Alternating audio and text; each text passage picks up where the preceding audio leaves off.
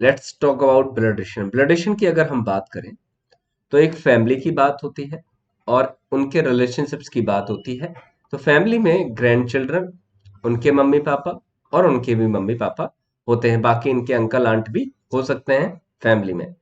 थोड़ा आगे बात करते हैं। देखिए, फैमिली ट्री बेस्ड क्वेश्चंस की बात कर रहे थे तो उनके बारे में थोड़ा सीखने की कोशिश करते हैं। क्या क्या नोटेशंस यूज होते हैं, जैसे अगर कहीं बॉक्स बना लिया तो मेल, सर्कल बना लिया तो फीमेल, शादी करानी है तो इक्वल, बच्चे हैं तो नीचे मेल फीमेल, बच्चे brother and sister, mummy papa है तो इनके ऊपर। ठीक है, यहां पर इस तरह से चीजें बन जाती हैं। फैमिली ट्री में जो है सबसे ऊपर ग्रैंड पेरेंट्स आते हैं, सबसे नीचे ग्रैंड चिल्ड्रन, बीच में पेरेंट्स आ जाते हैं यहाँ पर। और जो टर्मिनोलॉजी यूज होती है रिलेशंस इन अ फैमिली वो आपके सामने दिख रही है। ठीक है, इन सबको आप याद कर ले। A is father of b. A father है तो ए की वैल्यू ज्यादा तो ए ऊपर आएगा, बी की वैल्यू कम तो बी नीचे आएगा। A is father of B. लिखा है B is only son of C. B only son है सी का तो बी नीचे और सी ऊपर आ जाएगा। अगर ए फादर है तो c will B mother. Okay, तो सी मदर है यहां पर, तो दोनों की यहां पर मैरिज रिलेशन हो जाएगी, शादी हो जाएगी। और आगे क्या लिखा है, c is daughter of d. C daughter है डी की तो c will be willow of d. D यहां आ जाएगा, लेकिन यहां पर डी का जेंडर हमें पता नहीं है। आगे देखिए, c is mother of e. C mother है ई की तो सी अब आ जाएगी और ई नीचे आ जाएगी। ये बी जो था वो ओनली सन था। अगर बी ओनली सन था तो इसके जो सिबलिंग्स आएंगे, भाई बहन आएंगे, मतलब ब्रदर कोई नहीं आएगा। कौन आ जाएगा, यहाँ पर फीमेल मेंबर आएगा। आगे लिखा e sister of f. E sister of f again only son था तो ये सिबलिंग्स होने की वजह से यहाँ पर ये फीमेल बन जाएंगे। इस तरह से आपकी ये फैमिली ट्री पूरी हो जाएगी। अब इससे रिलेटेड कुछ क्वेश्चंस हम देखते हैं। लिखा F D is married to P. अगर हम डी की शादी कराते पी से, then how is D related to E. D का ई से क्या संबंध है। There is no information about D gender. अगर डी के जेंडर के बारे में कोई इंफॉर्मेशन नहीं है तो रिलेशन भी पॉसिबल नहीं है। ये मेल तो ये फीमेल, ये फीमेल तो ये मेल, कंफर्मेशन नहीं है। तो डी के दो रिलेशन आएंगे ई से संबंध करते हुए। अब क्या दो रिलेशन आएंगे, ग्रैंडफादर और ग्रैंड मदर। तो ग्रैंडफादर ग्रैंड मदर कंफर्मेशन नहीं है, ई ऑप्शन आ जाएगा यहां पर। Can not determine gender confirm नहीं है। How is F related to A. F का ए से क्या संबंध है। एफ ए देखो ये सिबलिंग्स है आपस में, इनके ये मम्मी पापा, तो एफ जो है वो डॉटर हो जाएगी। F related to A, F की तरफ से देखेंगे हमेशा रिलेशन फर्स्ट पर्सन की साइड से देखते हैं। तो ऊपर हम डी की तरफ से देख रहे थे, यहां हम एफ की तरफ से देखते हैं। How c related to b. C का बी से क्या संबंध है। अब देखिए सी से बी की बात करें तो सी बी की मदर दिख रही है साफ साफ, तो यहां पर आंसर आ जाएगा मदर। थोड़ा आगे बात करते हैं। क्वेश्चन में क्या दे रखा है जरा देखें थोड़ा सा। लिखा है L is sister of D. अगर एल सिस्टर है डी की तो एल यहां आ जाएगा, डी यहां आ जाएगा, इस तरह से बन जाएगा। L is sister of D. थोड़ा सा इसको नीचे बनाते हैं, जगह थोड़ी सी कम पड़ रही है।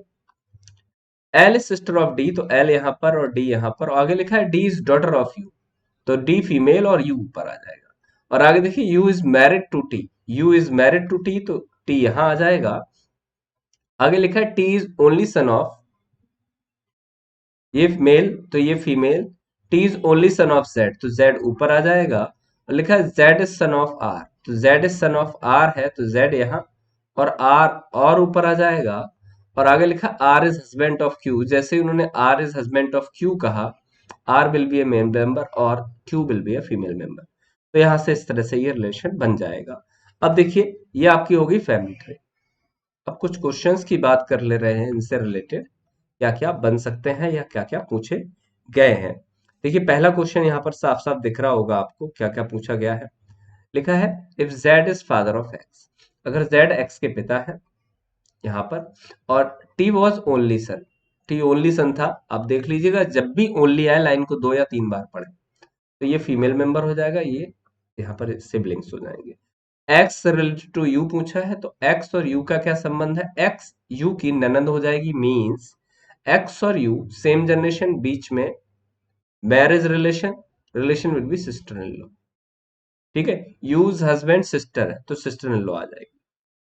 You related to L. U का एल से क्या संबंध है, साफ साफ नजर आ रहा होगा, यहाँ पर यू जो है वो एल की मदर है।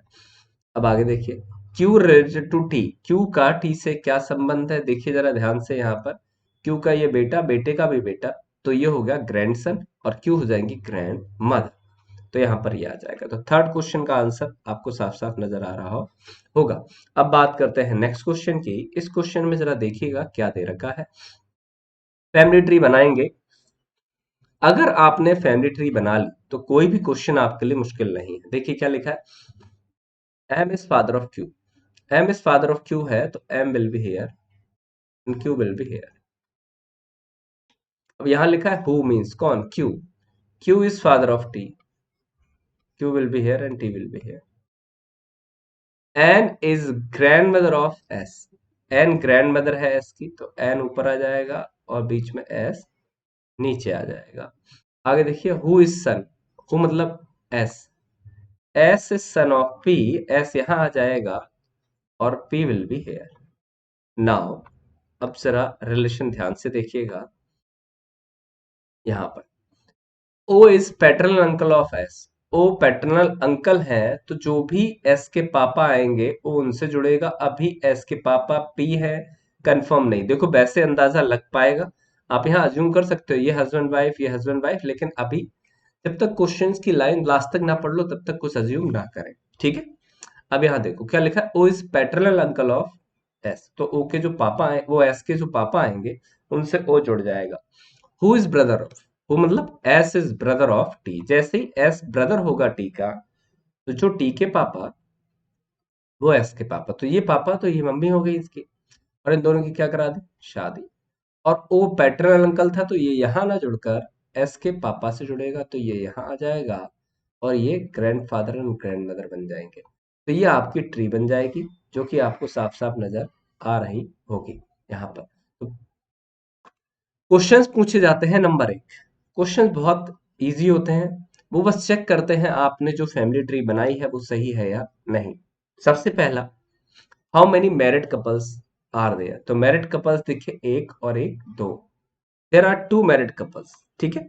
अब बढ़ते हैं नेक्स्ट क्वेश्चन की तरफ, how is T related with O, T का ओ से क्या संबंध है, टी का, अब टी का जेंडर नहीं पता, तो दो आंसर आएंगे, नेफ्यू और नीस, नेफ्यू और niece, two answers will be there. तो टी जो है ओ के भाई का बेटा या बेटी है तो नेफ्यू और नीस हो जाएगा, टी ओ का नेफ्यू और नीस। एक और क्वेश्चन पूछा जा सकता है, how many male members are there, कितने पुरुष सदस्य हैं, हम मेल मेंबर्स पूछा जा रहा है, तो जरा देखिए, एक कंफर्म यहाँ, एक कंफर्म यहाँ, एक कंफर्म यहाँ, कितने हो गए, 3, एक कंफर्म यहाँ 4। अब इसका नहीं पता तो आंसर होगा 4 या 5, अगर 4 या 5 ऑप्शन में नहीं मिलता तो आप लगा सकते हो सी एंड डी, ठीक है। तो ज्यादा क्वेश्चंस कुछ बनते नहीं है, वो बस चेक करेंगे जो ट्री आपने बनाई है वो करेक्ट है या नहीं। आगे बात करते हैं नेक्स्ट क्वेश्चन, जरा इस क्वेश्चन को देखते हैं हम। लिखा है Q is son of S, Q S का बेटा है, जरा ध्यान से देखिएगा, Q is son of S, Q यहाँ, एस ऊपर, Q is son of S. अब आगे लिखा है and you is daughter of Q, you is daughter of Q, तो क्यू सन ऑफ एस है, जेंडर की इंफॉर्मेशन नहीं है एस के, लेकिन आगे लिखा है you is daughter of Q, तो इस तरह से जोड़ लिया। T is daughter of v, t daughter है वी की, लेकिन आगे जरा पढ़िएगा, who is mother of u, who means never, तो v is mother of u, and आगे लिखा है ये यहाँ पर इनके फादर हो गए, ये मदर हो गए, तो इन दोनों की क्या करा देंगे, शादी। अब लिखा है T is daughter of P, तो टी यहाँ पर आ जाएगा, तरह से बन जाएगा, और ये सिबलिंग्स हो जाएंगे। सिंगल लाइन बनाए या ना बनाए कोई खास फर्क नहीं पड़ेगा, नोटेशन है बस। R is a spouse of S, it means R और एस की क्या करा दी, शादी, this will be family tree, ठीक है। अब यहाँ पर देखिए पहला question, how many male members are there, कितने पुरुष सदस्य हैं, बताइए, आप जरा सोचिए। अब जैसे आप जब बताएंगे ना तो आप क्या करेंगे, एक कंफर्म है और यहाँ पर जेंडर नहीं पता, तो 2 या 3 ऐसे काफी लोग बताते हैं, लेकिन एक मैरिड रिलेशन यहाँ पर है, एक मैरिड रिलेशन यहाँ पर है, तो एक मेल और एक फीमेल एक मेल और एक फीमेल, एक्सेप्शंस की बात नहीं करते। तो यहां पर आ जाएगा एक मेल यहां, एक मेल यहां, दो आंसर, टू मेल मेंबर्स आते हैं। R related with V, R का वी से क्या संबंध है? There is no information about R gender, तो आर में बी प्लस और may be minus, may be male may be female. तो अगर ये फीमेल तो ये मेल, और ये मेल तो ये फीमेल, तो आर जो है वो वी की सास हो जाएंगे। देखिए यहाँ पर ये क्या है, इसके हस्बैंड, हस्बैंड के मदर और फादर, तो यहाँ पर आर जो है वो मदर इन लॉ बन जाएंगी या father in law, mother in law या फादर इन लॉ, दो रिलेशन आएंगे, जेंडर कंफर्म नहीं है, may be mother in law may be father in law. देखिए नेक्स्ट क्वेश्चन की बात करते हैं। लिखा है थ्री पर्सन्स, ठीक है, three persons PMT meet their relatives NOUS in a market, P is brother of T.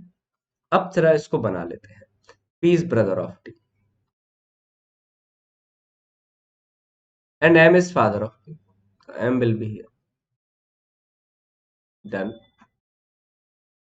O is only child of N and S, O only child है एन और एस का, तो एन और S will be married person, यहां पर आ जाएगा। S who is married to you sister, तो who represent s and is father in law of t, is represent also s. तो यहां पर जो हु आया वो स्पेसिफाई कर रहा है एस को, और नेक्स्ट लाइन रिप्रेजेंट कर रही है एस को, ठीक है। तो इस बात को ध्यान रखें, S who is married to you sister, तो एस ने सिस्टर से शादी की है यू की, there is no information about U's gender, ठीक है। If N will be a female then S will be a man. अब आगे देखिए क्या लिखा है, लास्ट लाइन इज, ध्यान से पढ़े, is father in law of T, S is father in law of T. अब फादर इन लॉ है ये, अब देखिए ये फादर इन लॉ कब बनेंगे, जब इनके बच्चे की शादी हो, और फादर इन लॉ बन किसके रहे, टी के। तो टी इनको फादर इन लॉ कब कहेगा, जब टी की शादी इनकी फैमिली में हुई हो, और इनकी फैमिली में शादी के लिए है कौन, सिर्फ ओ, ओनली चाइल्ड था ना। तो ओनली चाइल्ड जब भी है ना दो तीन बार, इससे शादी हो जाएगी, लेकिन no information about T and O gender, इनके जेंडर के बारे में कोई इंफॉर्मेशन आपको नहीं मिलेगी। रीजन उसका, क्योंकि if T will be a male then S तब भी फादर इन लॉ ही होगा, अब T will be a female तब भी एस जो है वो फादर इन लॉ ही होगा। तो यहाँ पर टी मेल तो ओ फीमेल, और अगर टी फीमेल तो ओ मेल, कंफर्मेशन नहीं है, तो यहाँ पर इस तरह से ट्री बन जाएगी। तो इसमें बहुत सारी गलतियां करते हैं बच्चे। अब जैसे अगर पूछा जाए how is T related with M, T M का कौन है, जेंडर नहीं पता तो सन या डॉटर, टी एम का बेटा या बेटी है। अगर पूछा जाए एम ओ का कौन है, तो एम जो है वो ओ का फादर इन लॉ ही कहलाएगा, ये इनका बेटा बेटी हो लेकिन ये इनके सास ससुर मतलब फादर इन लॉ ही कहलाएंगे, फादर इन लॉ, ठीक है। अब जरा ध्यान से देखिए, how is P related with O, P का ओ से क्या संबंध है। तो पी अगर हिंदी में देखा जाए तो प्रॉब्लम आएगी, जैसे ये इसकी हस्बैंड भी हो सकते हैं, वाइफ भी, हस्बैंड हुए तो ये देवर हो जाएगा, और वाइफ हुए अगर ये तो साला हो जाएगा, क्योंकि मेल फीमेल नहीं पता। लेकिन पी रिलेटेड विद ओ, अगर इंग्लिश में देखा जाए तो पी और ओ सेम लेवल, पी की तरफ से पूछ रहे हैं, मेल मेंबर है तो ब्रदर, और बीच में शादी तो ब्रदर, ठीक है। चलिए, तो इस लेक्चर के लिए इतना ही, मिलते हैं नेक्स्ट लेक्चर में। थैंक यू, टेक केयर, जय हिंद।